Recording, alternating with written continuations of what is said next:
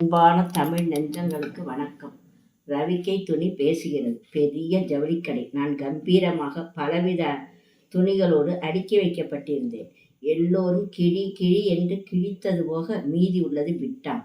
பிட்பிட்டாய் மற்ற வண்ணத் துணிகளுடன் நானும் ஒன்றாய் வைக்கப்பட, பலரும் கலைத்து கலைத்து போட, பலரின் கைப்பட்டு நொந்தேன், மனம் வெந்தேன்.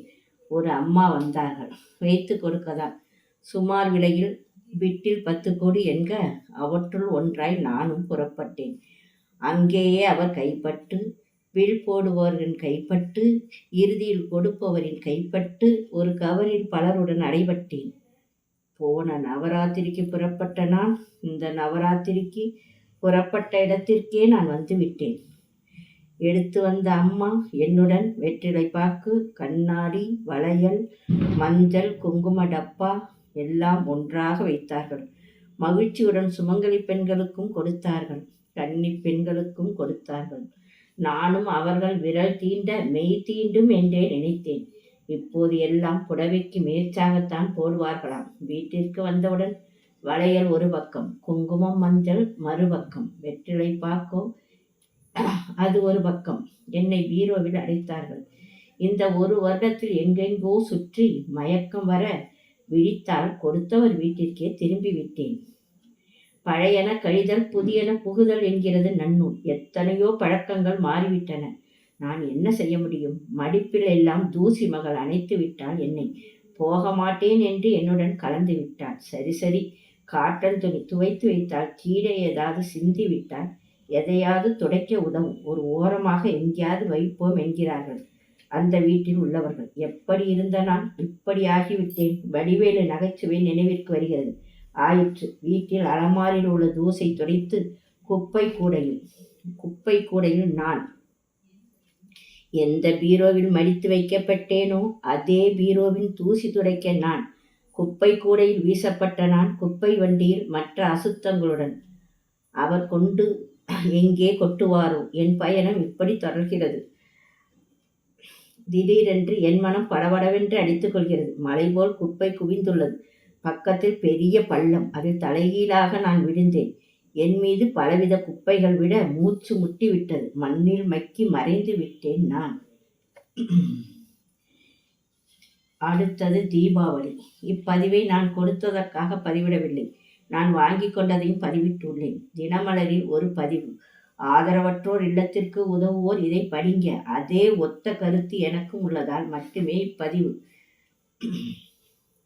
ஈரநெஞ்சம் அறக்கட்டளை நிர்வாகி மகேந்திரன் அவர்கள் கூறுகிறார். பல நல்ல உள்ளங்கள் உணவு தருகின்றனர். அனைவரும் நிறைய இனிப்புகளை ஒரே நாளில் கொடுத்தால் வயோதிகர்கள் எவ்வளவு சாப்பிட முடியும்? அதோடு அவர்களுக்கு என்ன தேவை?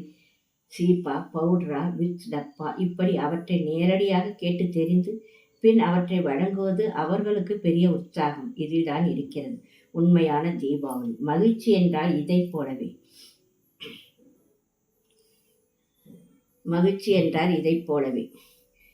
போலவே என் அம்மாவும் உடல்நிலை சரியில்லாத போது நான் இருக்கும்போதே வீட்டில் இருந்த சைக்கிளை ஒருவருக்கு கொடுக்க சொல்லிவிட்டார்.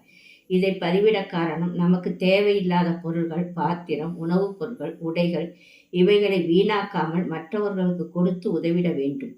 இது என்னுடைய தனிப்பட்ட கருத்து மட்டுமே. நமக்கு பயன்படாதவைகளை வைத்து வீணாக்குவதை விட மற்றவர்களுக்கு கொடுப்பது ஒரு மகிழ்ச்சி. என் தாய் மற்றும் என் தோழியின் தாய் எனக்கும் தாயே. அவர்கள் இறந்தபொழுது அவர்கள் நினைவாக உணவிற்கு பதில் வேறு ஏதாவது சிந்தித்தேன், செயல்பட்டேன். நம்மை சுற்றி வறுமை நிலையில் உள்ளவர்கள் என் சக்திக்கு ஏற்றாற் போல ஒரு 5 ஆடையோ பாத்திரமோ பணமோ அவரவருக்கு என்ன தேவையோ இவ்வளவு பணம் இதற்குள் சொல்லுங்கள் என்று கேட்டேன்.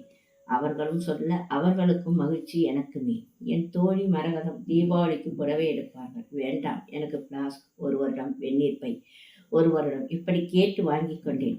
அதையே நாமும் பின்பற்றினால் என்ன? துணி துவைப்பவர், நமக்கு உதவி செய்பவர்களுக்கு போனஸ் புடவை கொடுத்தாகிவிட்டது. 2-3 வீடுகளில் வேலை செய்வார்கள். தீபாவளி தினத்தன்று ஸ்வீட் காரம் கிடைக்கும். நாமும் ஏன் அதையே வாங்க வேண்டும்? எப்படியும் குறைந்தபட்சம் 300 ரூபாய் ஸ்வீட் காரம் வாங்கித்தர தேவைப்படுகிறது. அதற்கு அவர்களுக்கு மூடி போட்ட பாத்திரமோ பணமோ துண்டோ பாவாடையோ ஏதாவது ஒன்று வாங்கி தந்தால் நமக்கும் அவர்களுக்கும் மகிழ்ச்சி தானே. இப்பதிவை பார்ப்பதற்கு முன்பே அப்படித்தான் நான் செய்தேன். அம்மா, என் சின்ன மாமியார். மாமியார் இறந்தபோதும் மறுநாளே நல்ல நிலையில் உள்ள புடவைகளை தேவையானவர்களுக்கு கொடுத்து விட்டேன். தோழிகள், உறவினர்கள் வீடுகளில் திருமணம் என்றால் புடவை அடிக்கிறார்கள். பட்டு புடவை கண்டிப்பாக வேண்டாம் என்று கூறிவிடுவேன். சிறு பிள்ளைகளுக்கு அது சரி. வயதான காலத்தில் நான் எங்கும் பெரிதாக போகப் போவதில்லை. அதனால் மற்றவர்களுக்கு எப்படியோ, எனக்கு இது போதும். தம்பி பையனின் திருமணத்தின் போது கூட டிசைனோ கலரோ அதை பற்றி கவலை இல்லை. வெயிட் இல்லாமல் ஒரு புடவை. அப்படி இருந்தால் ஒரு வருடம் கட்டிவிட்டு கொடுத்து விடலாம். மாமியார், நாத்தனார் பையனின் திருமணம் அன்று ஒரு நாள் தான் கட்டினார்கள். பட்டுப்புடவை வைத்தாலும் வீணாகிவிடும். கொடுத்து விட்டேன். மாமியாரின் அக்கா மகள் ஒரு 30 புடவை கொடுத்தார்கள். 9 கஜம் பட்டுப்புடவை. ஒரு நாள் தான் கட்டினேன். அதை ட்ரை வாஷ் பண்ணி தேவையானவர்கள் மற்ற புடவைகளையும் எனக்கு தேவையானதை வைத்துக் கொண்டு மற்றவர்களுக்கு கொடுத்து விட்டேன். என் மற்றும் 3 தோழிகள் ஹேமா, மாலா, சுந்தரி இவர்கள் கூட விலை உயர்ந்த நல்ல புடவைகள். தயவு செய்து நான் கட்டிக்கொள்வது மேல். வெயிட் இல்லாமல் தாருங்கள். நான் கட்ட வேண்டுமென்றால் இப்படி செய்யுங்கள். அவர்களும் மாற்றி தந்து விட்டார்கள். தேவையானதை தேவையானவரிடம் நமக்கு உபயோகப்படுவது போல் வாங்கி கொண்டால் இருவருக்கும் மகிழ்ச்சி. கொடுத்ததை மட்டும் கூறவில்லை, நான் கேட்டு வாங்கி கொண்டதையும் இப்பதிவில் கூறியுள்ளேன். தெரிந்த உறவினர்கள், நண்பர்களுக்கு திருமணம் ஆனவுடன் முதலில் வரும்போது தெரிந்த உறவினர்கள், நண்பர்கள் திருமணமாகி முதலில் வரும்போது அவர்களுக்கு புடவை, வேஷ்டி வைத்து கொடுப்பது முன்பு பழக்கம். ஆனால் இப்போது அவர்களெல்லாம் சிறு பெண்கள் புடவை கட்டுவதில்லை. அதனால் என்னால் முடிந்ததை பணமாக கொடுத்துவிட்டால் அவர்களுக்கு தேவையான கலரில் சுடிதாரோ ஏதோ வாங்கிக் கொள்வார்கள். மீண்டும் கூறுகிறேன், இது என் கருத்து மட்டுமே. அவரவருக்கு என்று ஒரு கருத்து, கொள்கை இருக்கும். அதை தவறென்று கூற முடியாது. நான் ரவிக்கை துணியும் வைத்து தருவதில்லை. பெரும்பாலும் மேட்சாக போடுவதால் இதை அவர்கள் தைப்பதில்லை. சிலர் தெரிந்தவர்கள் புடவை, பாத்திரம் கொடுப்பார்கள். அதை தேவையானவருக்கு பகிர்ந்து கொடுத்தல். நன்றி, வணக்கம்.